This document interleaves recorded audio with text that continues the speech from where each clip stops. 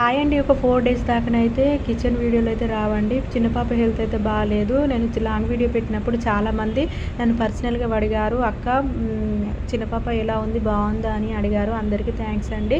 మళ్ళీ ఈరోజైతే చిన్న పాపని తీసుకొని అయితే హాస్పిటల్ అయితే వచ్చాము. చిన్న పాప హెల్త్ అయితే బాగలేదు. బాడీ పెయిన్స్ అయితే ఎక్కువయ్యాయి. మార్నింగ్, నైట్ టైం అయితే చాలా ఎక్కువనే అవుతున్నాయి బాడీ పెయిన్స్. అసలు మార్నింగ్ టైం అయితే లేవస్తలేదు పాపకు.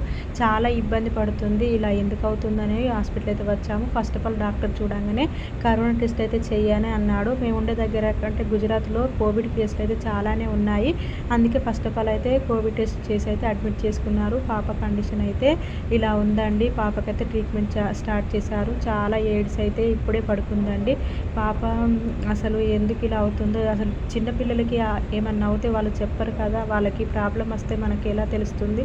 పాప కండిషన్ అయితే చాలా బాలేదండి. వీడియో నచ్చిందనుకుంటే లైక్ చేయండి. Thank you for watch.